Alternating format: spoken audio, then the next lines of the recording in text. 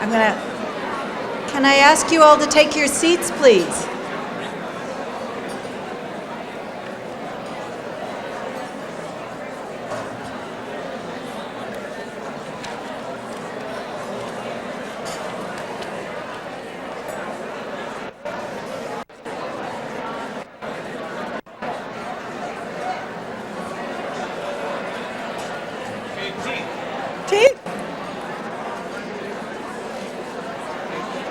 Thank you.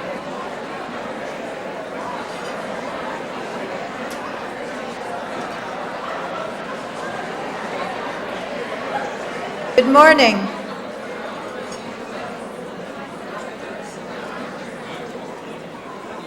I just want to give you all a chance to take your seats so we could get underway.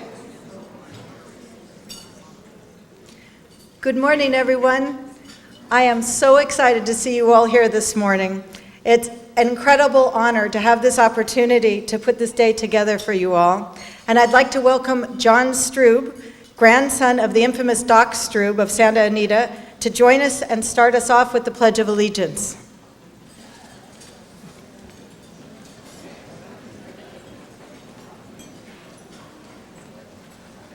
Good morning. All stand, please. I pledge allegiance to the flag of the United States of America and to the republic for which it stands, one nation, under God, indivisible, with liberty and justice for all. Thank you.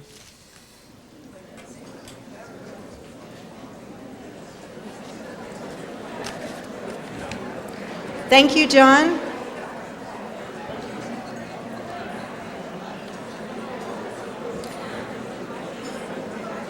I'd like to give you a little background to today's event. I think my interest in horse racing was probably very well formed in young childhood, as perhaps many of yours memories were as well. I recall so distinctly the aroma of newly cut grass at early morning workouts as a member of the Railbird Club at Santa Anita with my father. Dragged along, but enjoyed it in the end. It continued into adulthood as I attended many races, especially of note here in Mexico City. And as you can maybe decipher from what I believe is not there yet. Sorry.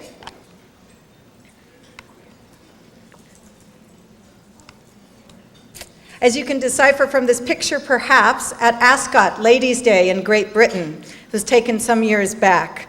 But this would not be enough to pull off an event of this nature. It takes the tireless support of a group of people very affectionately known as the Luncheon Committee. So I'd like to thank you one and all, and especially a thank you to Ed Staus, who has put together everything that you will all see on the screen today. I'd additionally like to thank so sincerely all of the advisors and past chairwomen of the event, whose guidance is invaluable. You are quite simply amazing women, and it is my complete honor to follow in your footsteps. So thank you.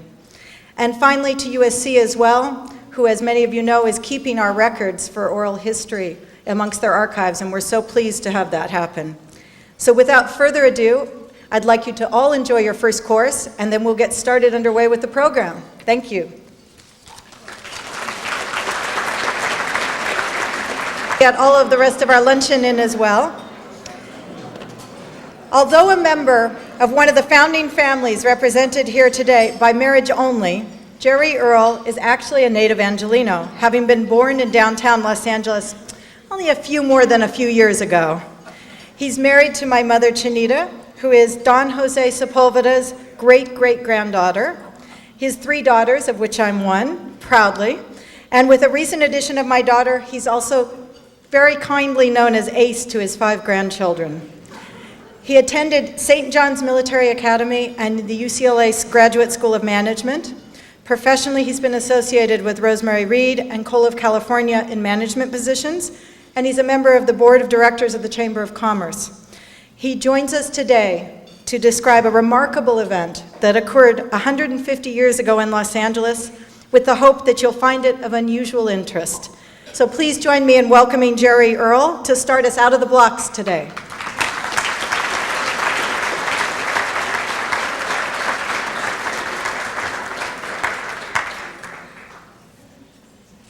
Joe said that crack about my being born more than a few years ago warrants cutting you out of my will.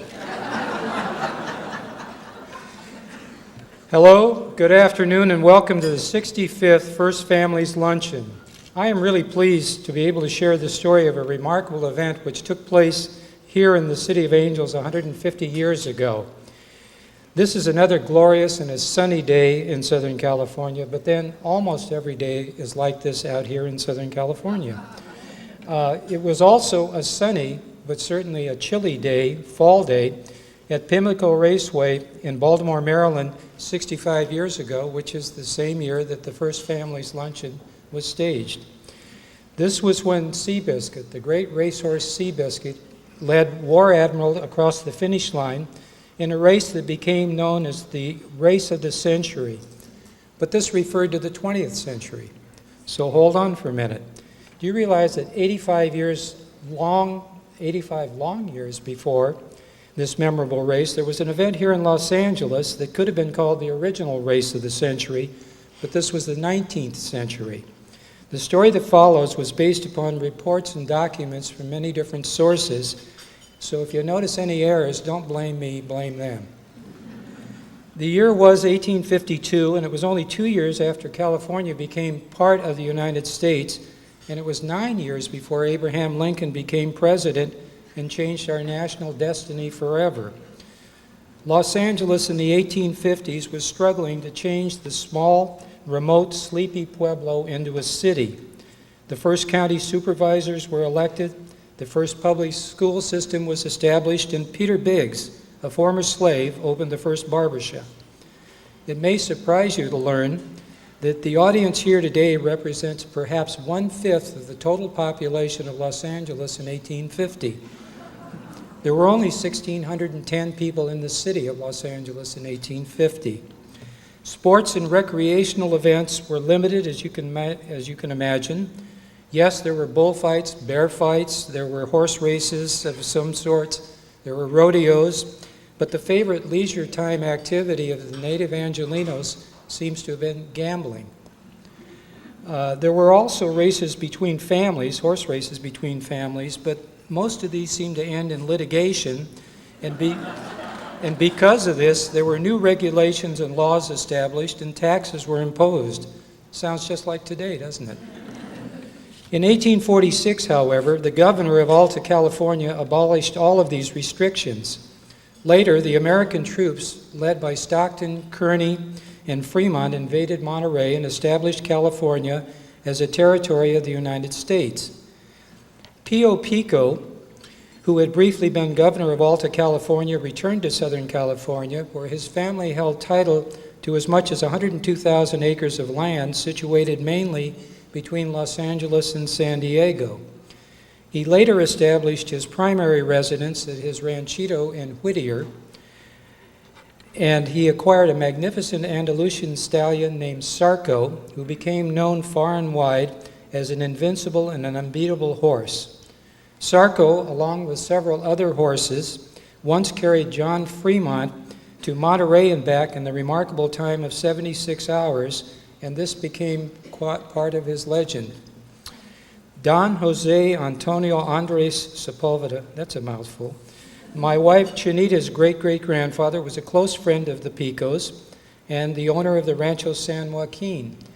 Don Jose and his son-in-law, Thomas Mott, who was the city clerk in Los Angeles, later a state legislator, arranged to import Black Swan, a thoroughbred mare from Australia, and they traveled to San Francisco to meet the ship that was carrying her. Joining them in San Francisco was a gentle trainer whose name was either Bill or Tom Bradley, depending upon the report that you read. And Black Swan was sickly, noticeably frail from the long ocean voyage, but she began to recover quickly under Brady's quiet hand. When he felt she was able, he rode her very carefully the 400 miles to the Sepulveda Rancho in what is now Orange County. Black Swan became perfectly conditioned after 3 long and rigorous months of training. Her black coat glistened once more, and a challenge extended by Pico for a match race with Sarco was accepted. The race was to be run on March 20th, 1852, over a dirt road course. The starting point was identified as either the plaza, the corner of 7th and San Pedro, or 7th and Alameda. You can take your choice.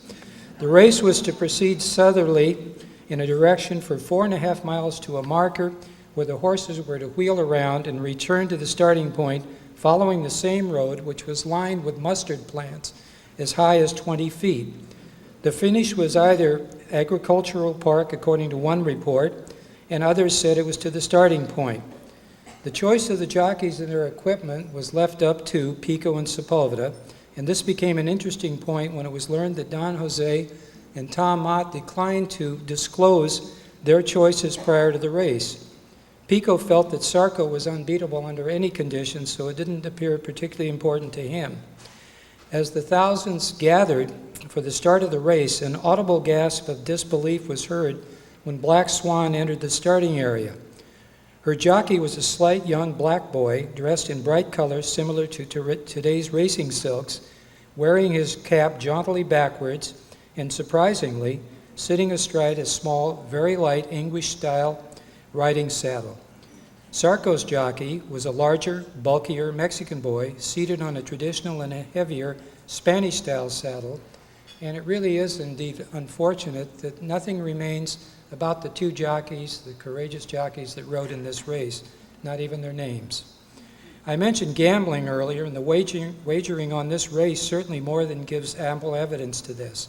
It was reported by one source that as much as $1 million was wagered, and this was gold, cattle, land, family treasures, family possessions. Don Jose wagered $25,000 in cash, 2,000 head of cattle, and bet them all on Black Swan, of course.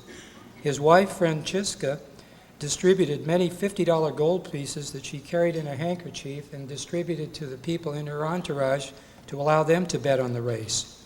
It appears that most of the American spectators bet on Black Swan, and a large number of Californios, the larger number, favored Sarko. All was ready, and at the sound of a loud shouted Santiago, the two horses quickly surged forward to begin the long and the dusty 9-mile race. Because the mustard-lined road limited many spectators to only brief glimpses along the course, most of the enormous crowd gathered at the starting area. Sarko sped quickly into the lead, much to the delight and the relief of his backers. Black Swan, smaller and lighter, had been perfectly conditioned by Brady for the race and began to exhibit her speed and stamina. By the time they reached the marker at the 4.5-mile point, she was leading, but only by an estimated 150 yards. Tom Mott had been waiting at this critical point in the race, grabbed the reins, helped her around the marker, gave her a quick flick with his quirt, try saying that twice, and sent her on what was to be an agonizing and a taxing return to the distant finish line. Straining desperately, the two quickly tiring horses reached the final furlong, with Black Swan still leading, but with the stronger Sarko gaining slightly with each tortured stride. With blood flowing from her nostrils, foaming at the mouth, an exhausted and totally spent Black Swan crossed the finish line a scant 5 lengths ahead of the valiant Sarko after the 9-mile-long race. Remarkably, the two had completed the race in just under 20 minutes. The crowd had filled every imaginable vantage point, including trees, walls, rooftops, fences, horseback.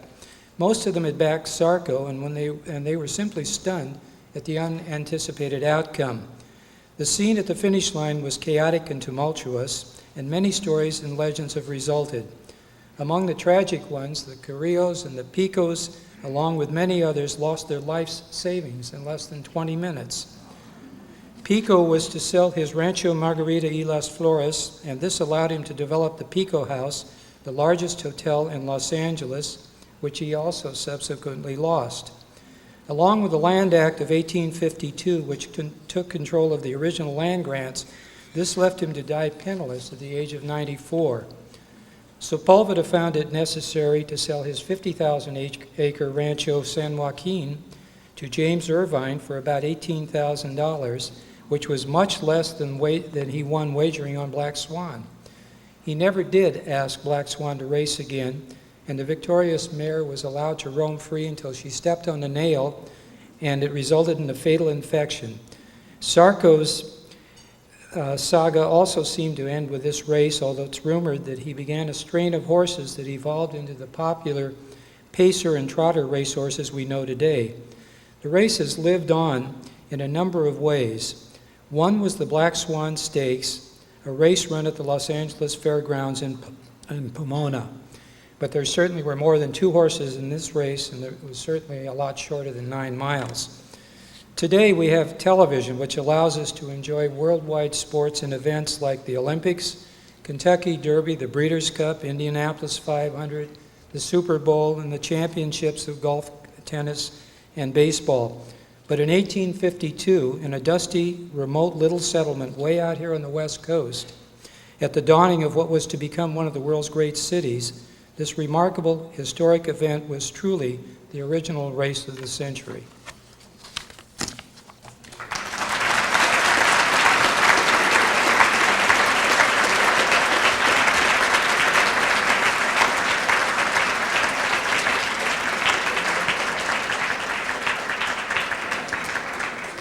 Just for a little show and tell, this is how far apart the horses were at the end of 9 miles in 1852. And the saddle that Black Swan used that day is on display outside, brought here by Guy Smith, and that was just a treasure. Thank you.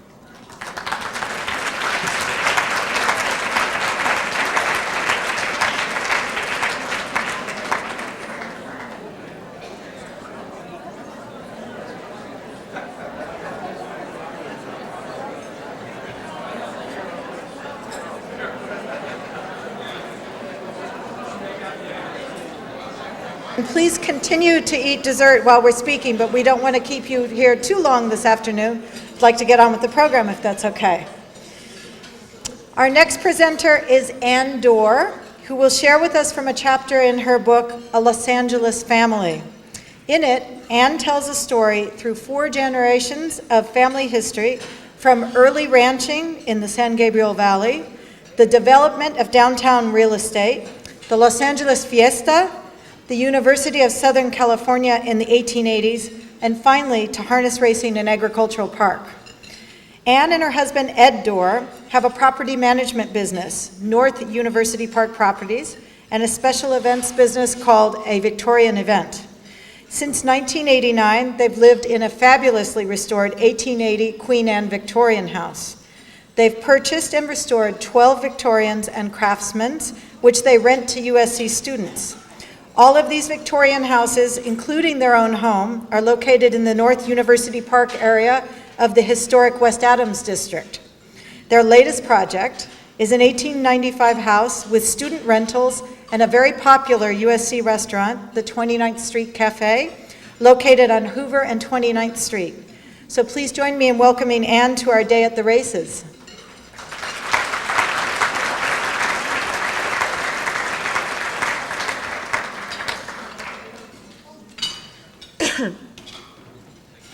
Today I will tell you a story about 3 generations of my ancestors and 3 generations of one line of their horses and their relationship to agricultural park. These were the best years of harness racing, 1870 to 1895.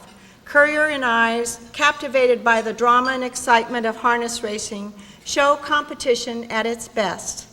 Harness racing, an established sport in the East, the Midwest, and Northern California, was making men rich.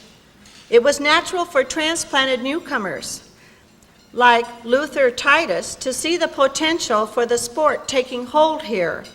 Before coming to Los Angeles in 1869, Luther Titus had already served as president of the Hamburg, New York Driving Park Association. Agricultural parks were becoming popular throughout the East and the Midwest, where they served as site for fairs, but most importantly, they were built for sporting events in mind. This is a picture of Luther H. Titus, my great-great-grandfather, respected as a breeder of blooded horses. This picture, taken in 1867, is my great-grandmother, Mary Titus Newton, and my great-grandfather, Captain Jacob C. Newton. This picture is my grandmother, Clara Newton Cattern, and my grandfather, Frank Addison Cattern. Luther, with a group of prominent early Los Angeles pioneers, established Agricultural Park in 1870, which served as fairgrounds and, most importantly, a racetrack. Ground was purchased, a grandstand built, and a suitable number of box stalls and a good-mile track was laid out. The place was known as Agricultural Park, and the initial fair and race meeting was held October 1871, 7 months after the initial meeting. This map shows the location of Agricultural Park in what is now Exposition Park. This area of the city was called the West Side.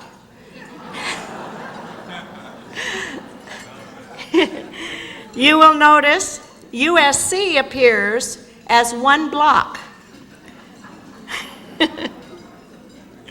Jacob Newton and his wife, Mary Titus, my great-grandparents, lived on the corner of Figueroa and Adams in 1887 through 1890, while my grandmother attended USC with her sister in 1887 to 1889.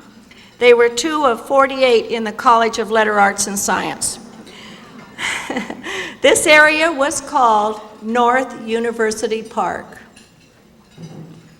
During the same year, in 1870, that Agricultural Park was established, Luther Titus traveled to Goshen, New York with the sole purpose to buy a horse of such breeding that it would make his name and increase his fortune.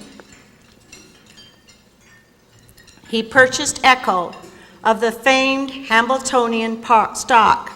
Luther Titus then had the challenge of getting his horse back to his Los Angeles ranch, the Dewdrop. A Central Pacific Railroad car was specially outfitted, and they began the trip January 1871. It was important enough in the Los Angeles world of local horse lovers that Echo's arrival is noted in prominent autobiographies.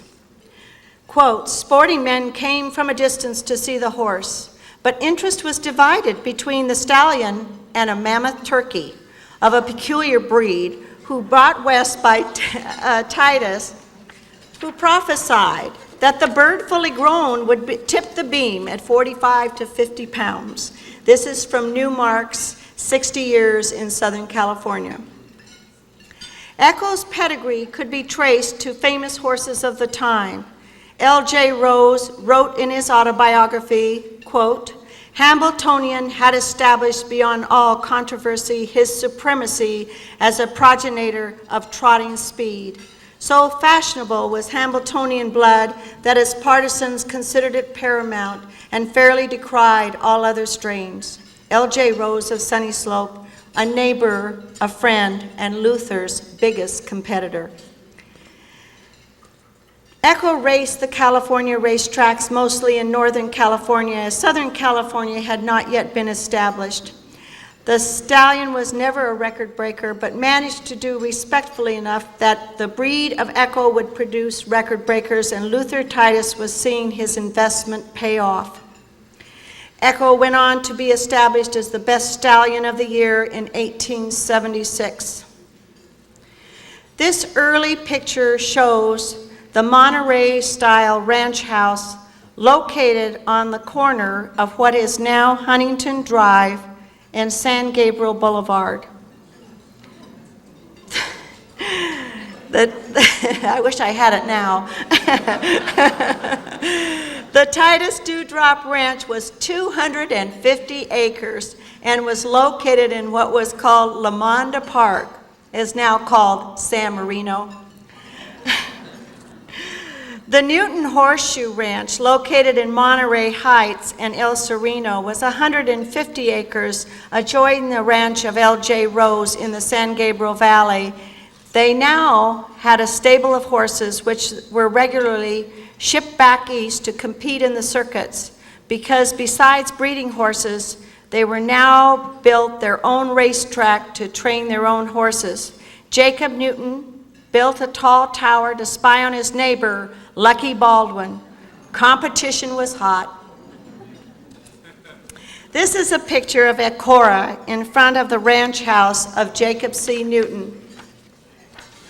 Ecora was sired by Echo in 1872 and was described as an extremely handsome, in fact beautiful mare, not large, very refined in type.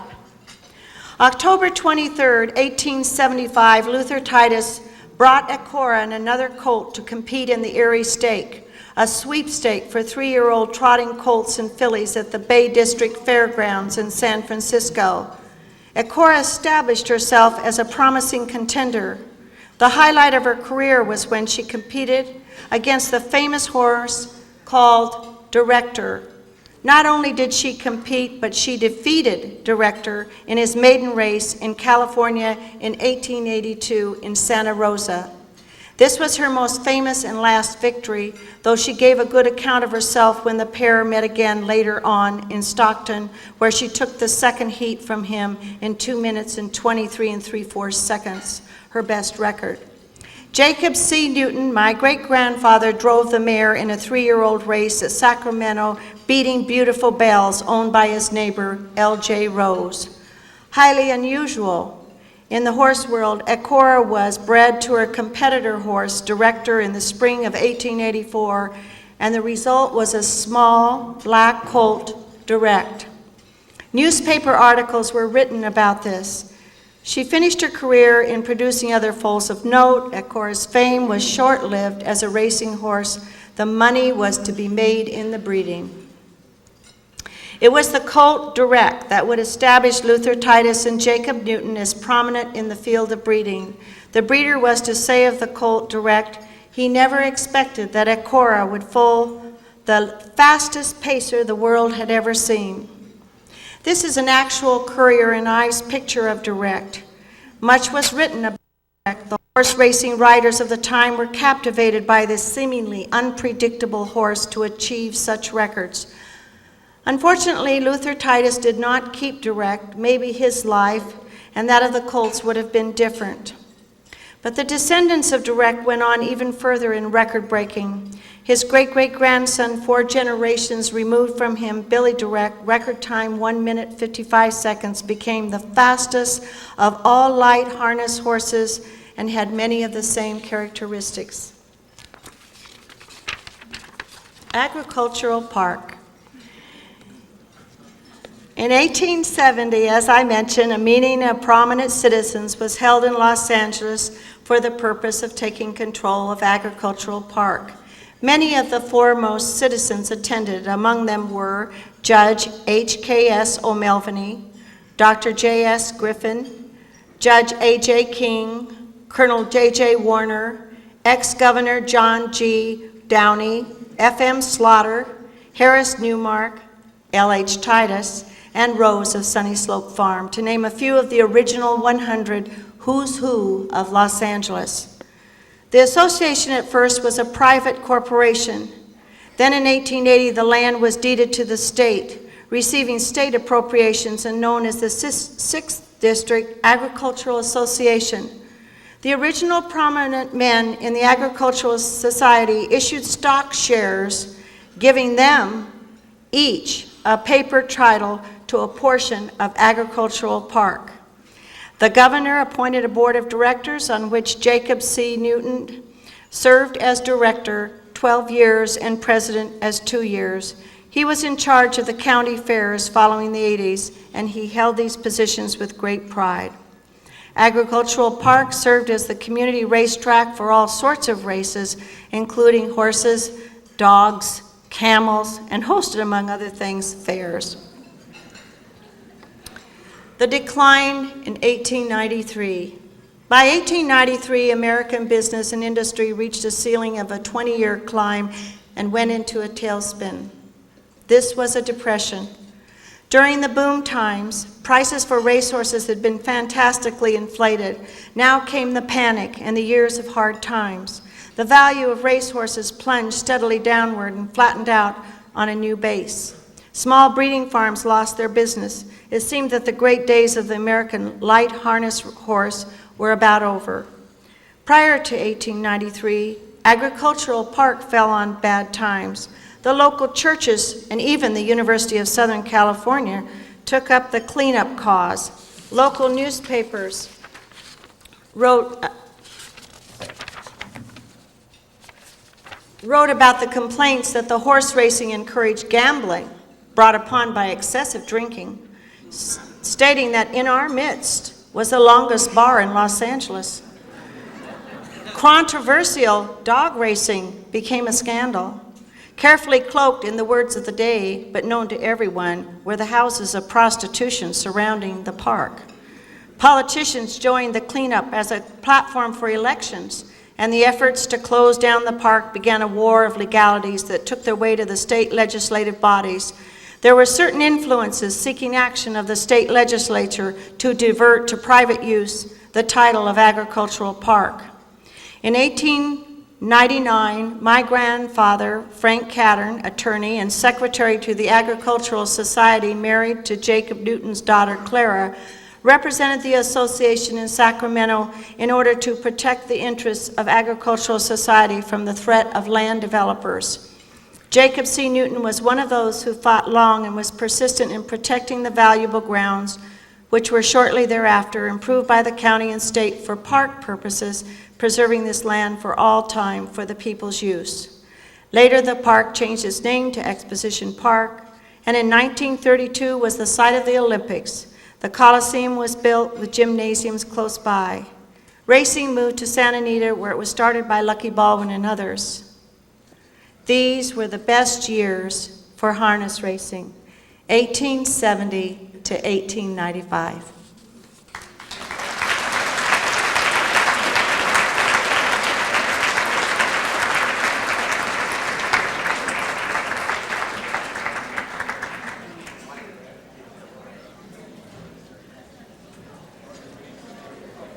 Thank you, Anne. Let's move on now quickly into this 20th century and bring it updated. Our last speaker, Joe Harper, is the president, CEO, and general manager of the Del Mar Thoroughbred Club, joining in 1977. His family background, which I'm sure he'll tell you about, includes fascinating bits of history on both sides, with his maternal grandfather of Cecil B. DeMille, and on his other side, Harper in Harper and Row Publishers. Joe began his illustrious career as the official cameraman to the track at Santa Anita some years back. He's held memberships or directorships for most every important racing association one could name, including Executive Vice President of the Oak Tree Racing Association, past President and member of the Board of the Federation of California Racing, President of the Thoroughbred Racing Associations, Chairman of the Advisory Board for Equine Health at the University of California at Davis, and it goes on and on, from Arizona and beyond, I'm sure. And I've just learned he plays a mean game of polo, as well as being an original circuit rider in the rodeo here. So Joe, we're very honored to hear from you today, and we hope you'll all join me in welcoming Joe to take us to the finish line in style.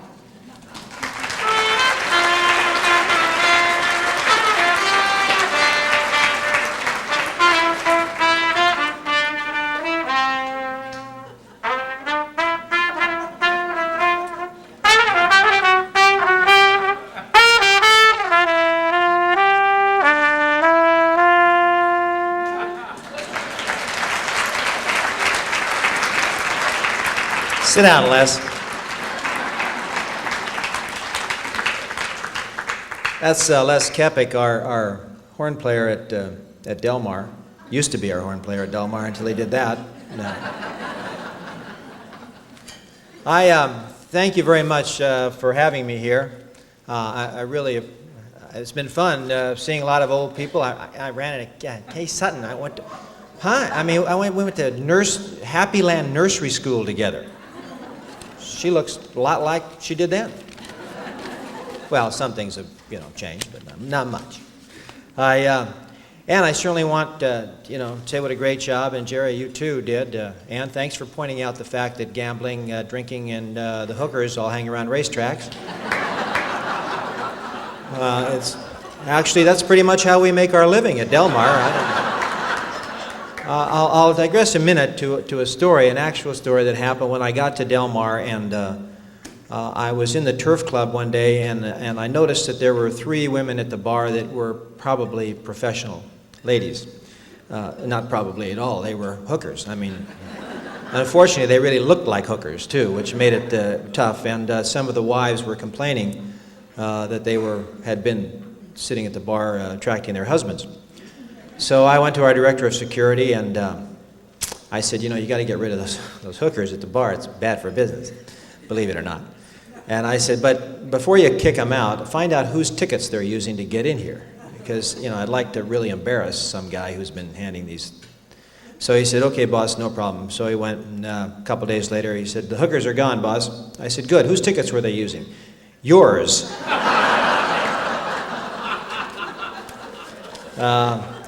If you're a hooker and want to go to the races at Del Mar, just tell them Joe Harper said to leave some tickets for you, and apparently they'll hand you the tickets.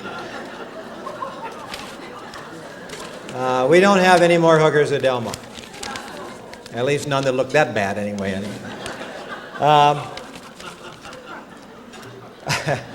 I was very interesting to hear about the families and the racing and the families in general. Obviously, that's very important to the folks in this room, and it's been certainly a lot of fun for me having grown up in Los Angeles.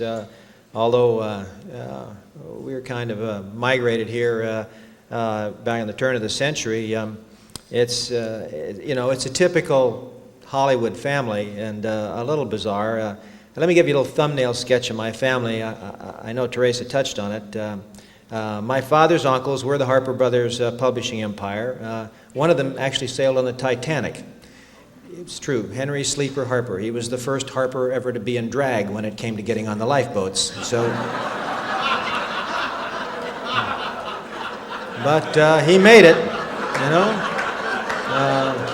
Fortunately, his wife must have been a fairly large woman because he got into her dress just fine and said, yes, I'm here, put me on the lifeboat, and he jumped on there. Actually, true story, he got it, not the dress part, I'm sure, hey, let's go. The guy was sick, I guess, and they took him up on deck, and with his wife, his manservant, and his dog. And he said, I'm really feeling not too well, I gotta sit down. And the crewman with him said, well, why don't you sit in the lifeboat? Smart move. Old cousin Henry, Uncle Henry, got in the lifeboat and sat there and eventually rowed away with his dog, his manservant, and his wife. And the rest of the ship went down, which would have been a happy story except for the fact that the press, it's always the press, isn't it? They got a hold of it and said, gee, guess who saved their dog when all the kids were dying on the ship, So Uncle Henry didn't want to talk about it much after then. But anyway, he made it. Let's see, where was I? Oh yeah, my father's mother was kind of an interesting broad. She was an actress, and I love to call her a broad because this woman sat erect in a chair for 50 years holding a cane saying, I can't understand a word you're saying. So I'm getting even. Anyway, she was an actress on the legitimate stage, as she always said, in New York around the turn of the century, one a few centuries ago. And my father was born in New York, basically in a trunk behind the stage, the whole thing, and it was pretty interesting. Her father was a Mississippi gambler, and turned out to owning a lot of sporting houses, as we call them. I guess hookers run in this family. I never realized that. But and it's funny because my mother's, this is what my father said, my mother's grandfather was a Supreme Court justice in the state of New Jersey, where my other grandmother's father had those whorehouses back. So, I bet you they knew each other. I knew that. But he did start Monmouth Park, actually, which was kind of interesting. So racing is run in my family since way back then. Anyway, my uncle was Anthony Quinn, the actor. My half-sister was married to Ozzie Nelson's brother. My uncle, Richard DeMille, who was adopted by my grandfather, was in reality the illegitimate son of my grandfather's brother. That made his cousins his sisters.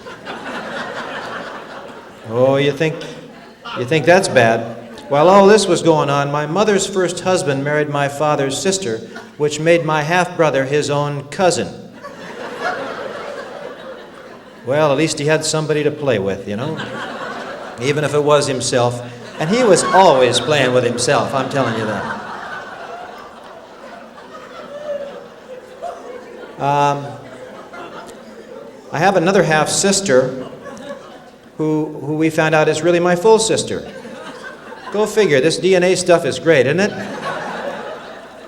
Well, enough about the family. Certainly is enough about it. I grew up in Hollywood.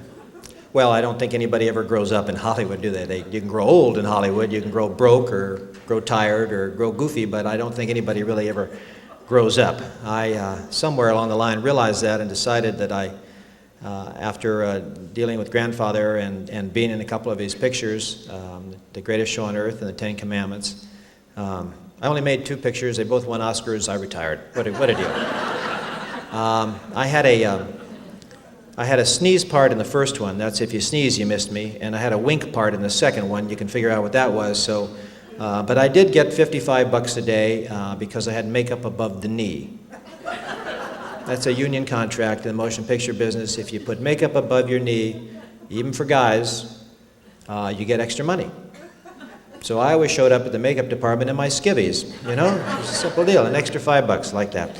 Anyway, I decided oh, another thing, I'm glad USC is recording this. Unfortunately, USC recorded my grades. And I went to USC my freshman year and left USC after my freshman year. Remember Dr. Norman Topping? He's probably here today, right? Well, he was a good friend of the family's, and he called me in after 2 semesters and said, "Joe, somewhere there's a university for you. This is not it." So I went to Chapman College, where a couple of years later, they pretty much made the same speech to me down there. Anyway, after being thrown out of my 3rd or 4th college, I decided I would go to motion picture business, just like Grandpa did, and so I went to MGM in the mailroom, because everybody that starts in the motion picture business goes to the mailroom. So the mailroom at MGM was really interesting, because the first day you walk in the door, everybody looks at you and said, "Whose kid are you?" Because everybody's kid in there was somebody's, you know, Keenan Wynn's uncle or niece, and so after you get a pecking order, kind of where your, you know, relatives are. A lot of people were there to make, you know, to be seen by producers and that type of thing. I was there primarily, I thought, to deliver the mail. And I did that. I did it so well, as a matter of fact, that they made me the head of the mailroom. Now, I didn't think that was a career move. So I left MGM in 1966 and became a cinema photographer, which was interesting in the fact that you join the Cinema Photographers Guild, but you don't join that unless you have screen credit from a picture. You can't get screen credit unless you're a member of the union, which was an interesting concept because that's how they pretty much keep you out of the union. They don't let you make anything. So I made a film, a documentary, with a fellow named Joe Burnham, who hired me, felt sorry for me, and gave me some screen credit. There I got my guild card. So if this racetrack thing blows over, I still got my cameras and can go back to doing that. But while I was doing that, a funny thing happened. We started doing a lot of things around the racetrack, making a lot of documentaries, a lot of public relations films, and just basic, you know, commercials. And so in the 1966, the end of the year, Santa Anita's opening day was my first job, actual real live, got a paycheck job at a racetrack.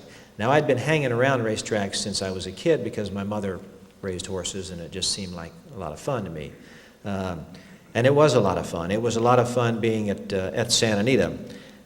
Santa Anita to me, is really the granddaddy of all racetracks. It's such a great spot here. In 1934, Santa Anita Open, parimutuel wagering was legalized again in 1933 to save agriculture. By the way, it was kind of funny. But on the site of Lucky Baldwin's old ranch, Dr. Charles Strube had a vision that I suppose many at the time thought was absolutely crazy, but he had great foresight and a fascinating man. He built a racetrack that was as elegant as anything probably in Los Angeles at that time. It was Art Deco type of architecture. It had a parking lot big enough, I think you could probably park half the cars that were in California at the time in that parking lot. Everybody thought he'd lost his mind. But Dr. Strube was a very foxy fellow, and he knew that if he built it the right way, he would open up a market for people to come to racing that hadn't been seen before, certainly not on the West Coast.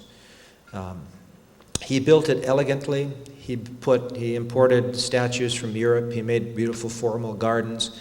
And he did something that I think that to this day you could never duplicate. Of course, he had the infield where you could put another 40,000 people if you wanted to, and crowds of 80,000 weren't all that uncommon in those great days. This picture happens to be a handicap day. And of course, remember a horse called Seabiscuit in 1940. He won that race. We'll get around to Seabiscuit a little later, but and there he is. That's C.S. Howard and Seabiscuit, and they did actually come to Del Mar. We'll talk about that a little later. But Dr. Strube's foresight and his developing this market, his style, he catered to the wealthy as well as to the everyday man. And an elegance and a grace to that track that is unmatched in any track in the world. And for me to get my kind of feet wet there have always been very special to me. And the good thing, of course, about Santa Anita in those early days was the fact that this is Seabiscuit's race that he won, I think, was that it stayed in the family, and we were lucky as we went into the modern times. Charles Strube's son, Bob Strube, who was a good friend of mine and John's dad, kept that unique feeling about Santa Anita alive.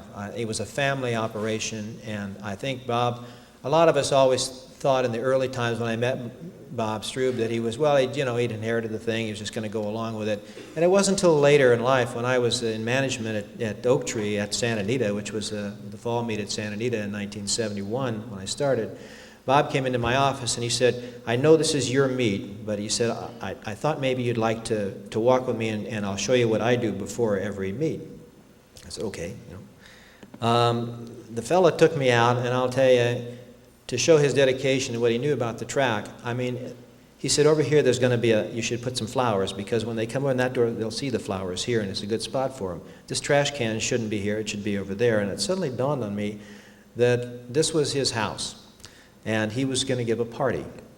And when he put it together in such an eloquent way that no matter whether you came into the Turf Club, whether you were Hal Roach or one of the directors or the Aga Khan, or whether you were just a guy that worked at the gas station down the street in Arcadia, you felt like you were part of something very special.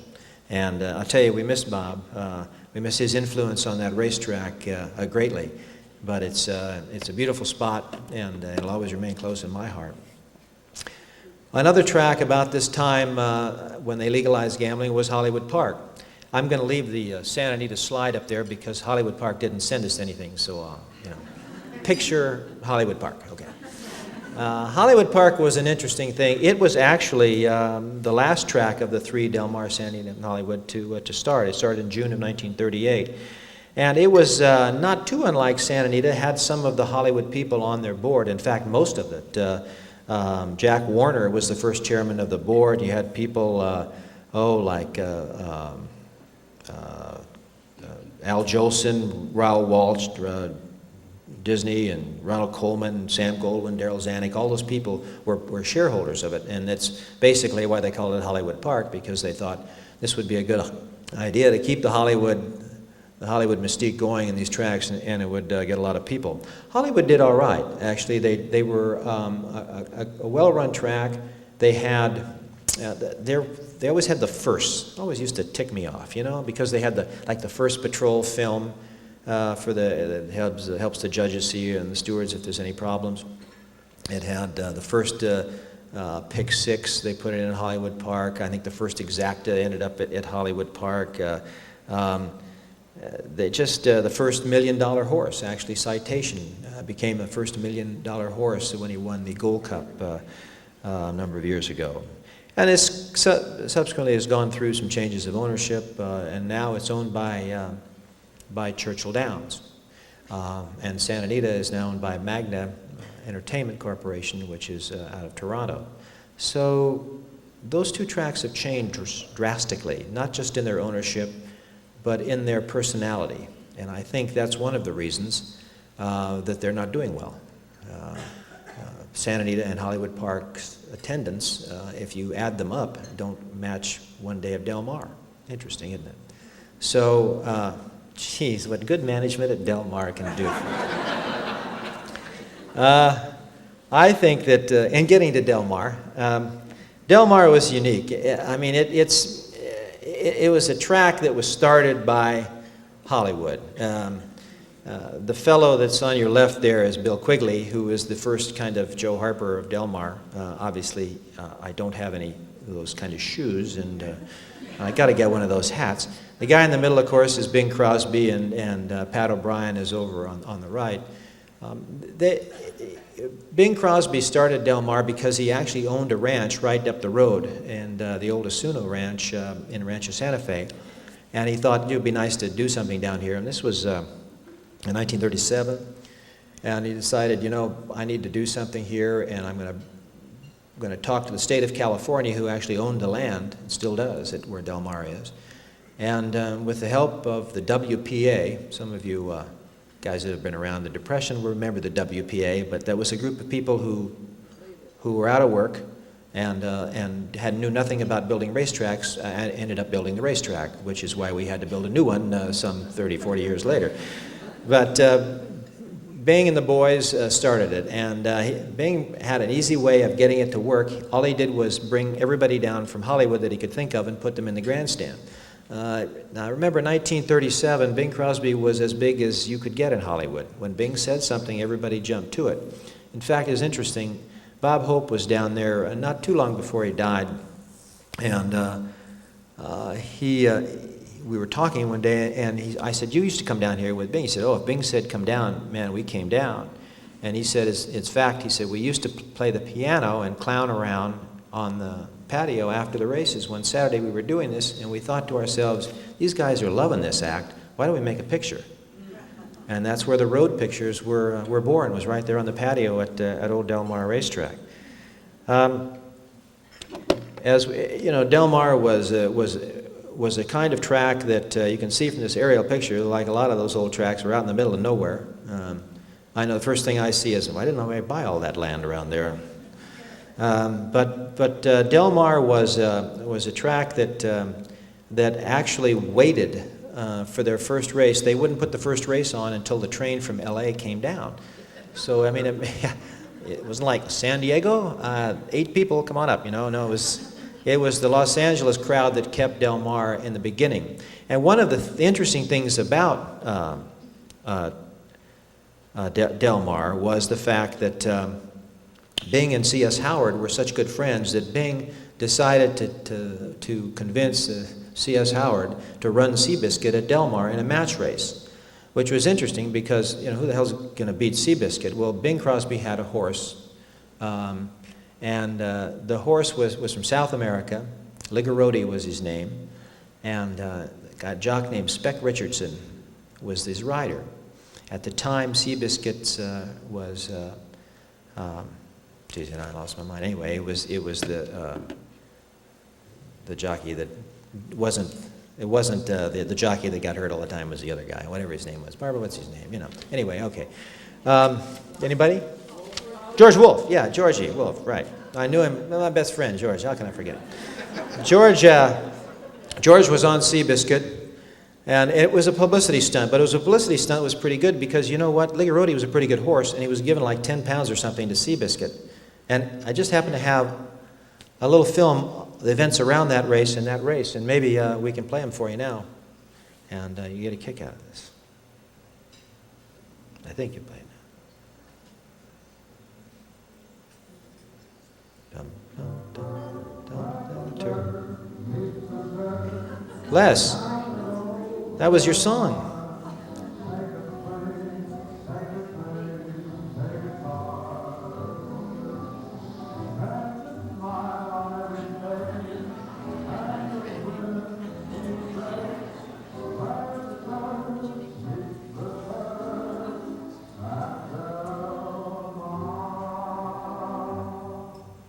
Sea breezes, summer sunshine, and creation's most beautiful animal. The combination is irresistible. A racetrack near a little village off the Pacific Ocean was an enticing idea hatched by a group of Hollywood highrollers back in the 1930s. But would the best horses and best jockeys show up? And would the beautiful people flock south from LA to play the ponies? On July 3rd, 1937, Bing Crosby had his answer. There he was, welcoming that first wave of fans to the new Del Mar racetrack. Crosby and his pals made Del Mar a summer haven for the Hollywood crowd. They preferred to be by the sea more than any place else, including Philadelphia.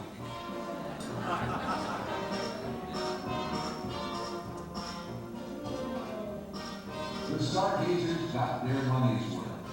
Horse players cash or laughed away the losers.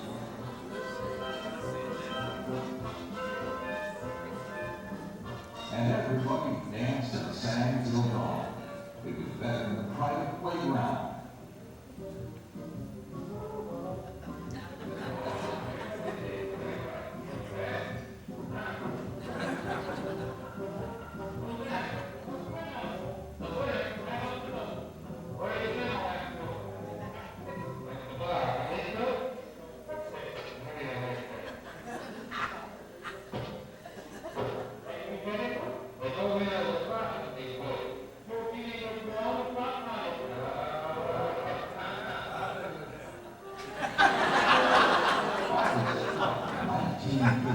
Was the day Del Mar truly came of age. America's sporting press headed west to watch Charles S. Collard's popular Seabiscuit take on the Argentine horse Ligarodi, owned by Crosby and Howard's son Lynn. Now, even though he was carrying 15 pounds more than his younger rival, they dueled through the stretch. And while the crowd watched the horses, the stewards were witnessing an outright brawl between the two riders. The inquiry took forever, but the result stood. Seabiscuit had won. Both jockeys were cited for rough riding, and Del Mar was on the map. As Del Mar grew through the years to become one of the country's leading tracks, the place retained a feel for its own past. Well, yeah. That gives you a little idea of what it was like in the old days. It was interesting in that race because the stewards knew something was wrong, and but it was before that patrol film that I talked about, so they had to go under just what they observed and what was told them by the patrol judges around the track. It was decided that both riders were guilty, so they let the winner stand, and Seabiscuit took the purse. About 3 days later, one of the stewards went to the movies up in Solana Beach. There was a theater up there, and they had the newsreel of the race, which he'd never seen. He saw the film, not necessarily that film, but some other ones that showed a little bit more of the two jockeys, and he rushed back to the track, called both jockeys in, and wanted to suspend them for a year Fortunately, they kind of talked each other out of it, and the stewards ruled that they suspended them for a few weeks, both of them, I think, because of the rough riding. Spec Richardson I ran into shortly before he died a number of years ago, and I brought him to the track and to give a trophy away. It was kind of neat. And I said, Spec, what kind of race was it? He said, it was the roughest race, he said, I've ever been in. He said, we were kicking and spitting at each other and hitting them with our whips. He said, I locked Georgie by the knee and I wouldn't let him by, and then he reached up and hit me with his whip and almost knocked my eyeball out. And I said, just the two of you, and it was the roughest? He said, absolutely. He said, we didn't know it was a publicity stunt. He said, we were trying hard. So it was a great race, and it certainly put Del Mar on the map. Del Mar, since the Bing Crosby days, of course, has changed considerably. This is a shot that was taken not too long ago. Back in the early 90s, it was time to tear the old place down. We didn't want to do it, but the WPA group that built it forgot to put any reinforced steel into the adobe, so it pretty much had fallen down on its own. And being a somewhat liability-conscious kind of guy, we decided that we could build a new one. The Del Mar Thoroughbred Club is our company, and it's the managing company of Del Mar Racetrack, and it's kind of a not-for-profit company. It was started in the late 60s by Clement Hirsch, whose wife Lynn is here today. Clement since passed on, but Clement was kind of my mentor and brought me to Del Mar. But they had a unique way of getting this lease from the state. They said, we're going to come down here, we're going to run the racetrack, and we'll give you every cent we make, we'll put it right back into that. Even the state couldn't find fault with that, and eventually, and gave the lease to the Del Mar Thoroughbred Club. And that's really what we've been doing since 1969 is all the money we make goes right back into the facility. We're a not-for-profit company, and because business has been so good, we can actually, that not-for-profit number is about, be this year around $11.5 million in net profit for 43 days. So there is money, and some of us are making money in the racetrack business. Fortunately for Del Mar, it all stays there. And we built in 1990, in 2 years it took us to do it, but we built an $80 million grandstand that's probably now in well over $100 million. Half a million square feet, and it's a beautiful facility, and it consequently has kept our business going very well. It's the paddock that is probably considered one of the greatest paddocks of any track in North America, and its business is very good. We've just completed the most successful meet we've ever had. Our daily average handle was $13 million. Now that's every day. Now, a lot of that comes from off-track. The business has changed considerably. A lot of the money comes from some other place than your own grandstand. But for us, the most important number I think we can see is the growth of on-track attendance, because that means new friends. And our attendance is very strong, very, very strong this year. Of course, it's, if you don't count Saratoga, we're the highest in the country, but it's certainly the highest in California by a lot, where we're getting daily average crowds of 16,000. Our opening day crowd was 40,000, and you just don't see those crowds, hardly even see them on Breeders' Cup days. So we're very happy with the way structurally set up, and we're very happy with what we've created down at Del Mar. I hope you'll have a chance to come down and see us sometime. We race 7 weeks during the summer, start in late July and go through Labor Day. It's a trip. It really is. It's a party. It's a lot of fun, and I think it's certainly been a lot of fun for all of us that work there, and it's been a lot of fun talking to you about it, and I thank you for this opportunity.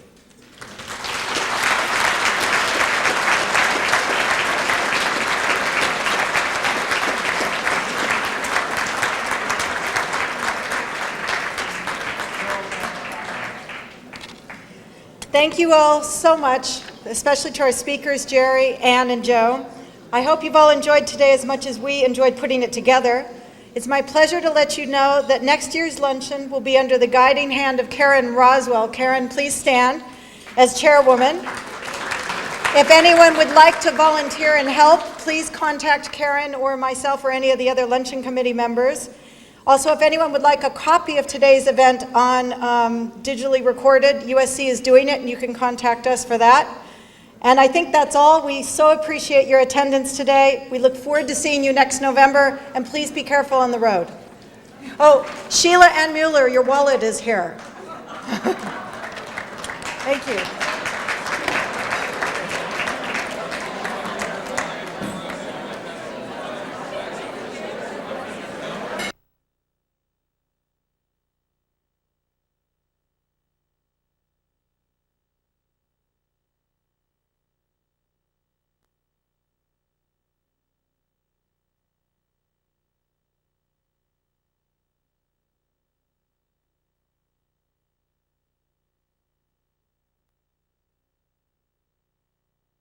Wouldn't quit, even though he was carrying 15 pounds more than his younger rival. They dueled through the stretch. And while the crowd watched the horses, the stewards were witnessing an outright brawl between the two riders. The inquiry took forever, but the result stood. Seabiscuit had won. Both jockeys were cited for rough riding, and Del Mar was on the map. As Del Mar grew through the years to become one of the country's leading tracks, the place retained a feel for its own past. Well, that gives you a little idea of what it was like in the old days. It was interesting in that race because the stewards knew something was wrong, but it was before that patrol film that I talked about, so they had to go under just what they observed and what was told them by the patrol judges around the track. It was decided that both riders were guilty, so they let the winner stand, and Seabiscuit took the purse. About 3 days later, one of the stewards went to the movies up in Solana Beach. There was a theater up there, and they had the newsreel of the race, which he'd never seen. He saw the film, not necessarily that film, but some other ones that showed a little bit more of the two jockeys, and he rushed back to the track, called both jockeys in, and wanted to suspend them for a year. Fortunately, they kind of talked each other out of it, and the stewards ruled that they suspended them for a few weeks, both of them, I think, because of the rough riding. Spec Richardson I ran into shortly before he died a number of years ago, and I brought him to the track and to give a trophy away. It was kind of neat. And I said, Spec, what kind of race was it? He said, it was the roughest race, he said, I've ever been in. He said, we were kicking and spitting at each other and hitting them with our whips. He said, I locked Georgie by the knee and I wouldn't let him by, and then he reached up and hit me with his whip and almost knocked my eyeball out. And I said, just the two of you, and it was the roughest? He said, absolutely. He said, we didn't know it was a publicity stunt. He said, we were trying hard. So it was a great race, and it certainly put Del Mar on the map. Del Mar, since the Bing Crosby days, of course, has changed considerably. This is a shot that was taken not too long ago. Back in the early 90s, it was time to tear the old place down. We didn't want to do it, but the WPA group that built it forgot to put any reinforced steel into the adobe, so it pretty much had fallen down on its own. And being a somewhat liability-conscious kind of guy, we decided that we could build a new one. The Del Mar Thoroughbred Club is our company, and it's the managing company of Del Mar Racetrack, and it's kind of a not-for-profit company. It was started in the late 60s by Clement Hirsch, whose wife Lynn is here today. Clement since passed on, but Clement was kind of my mentor and brought me to Del Mar. But they had a unique way of getting this lease from the state. They said, we're going to come down here, we're going to run the racetrack, and we'll give you every cent we make, we'll put it right back into that. Even the state couldn't find fault with that, and eventually, and gave the lease to the Del Mar Thoroughbred Club.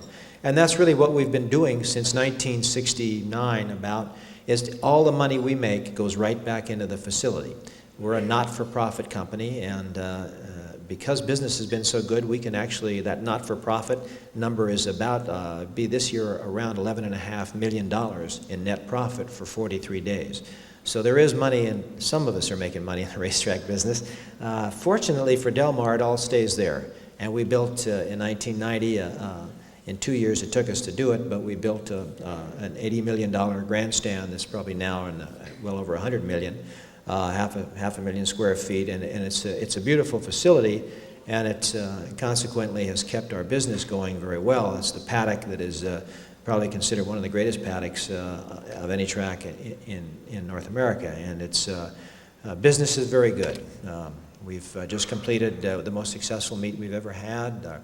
Our daily average handle was $13 million. Now, that's every day. Now, a lot of that comes from off-track. The business has changed considerably. A lot of the money comes from some other place than your own grandstand.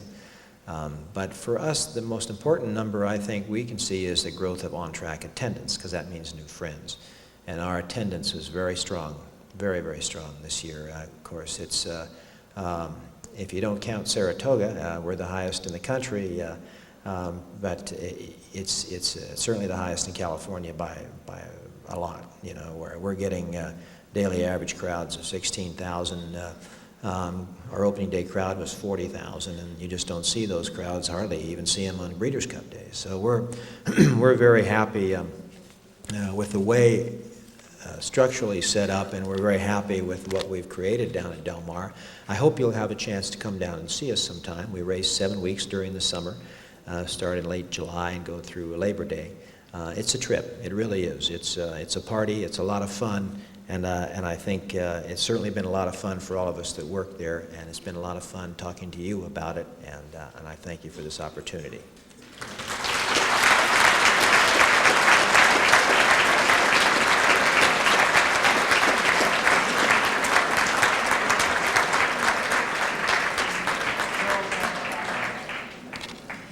Thank you all so much, especially to our speakers, Jerry, Ann, and Joe.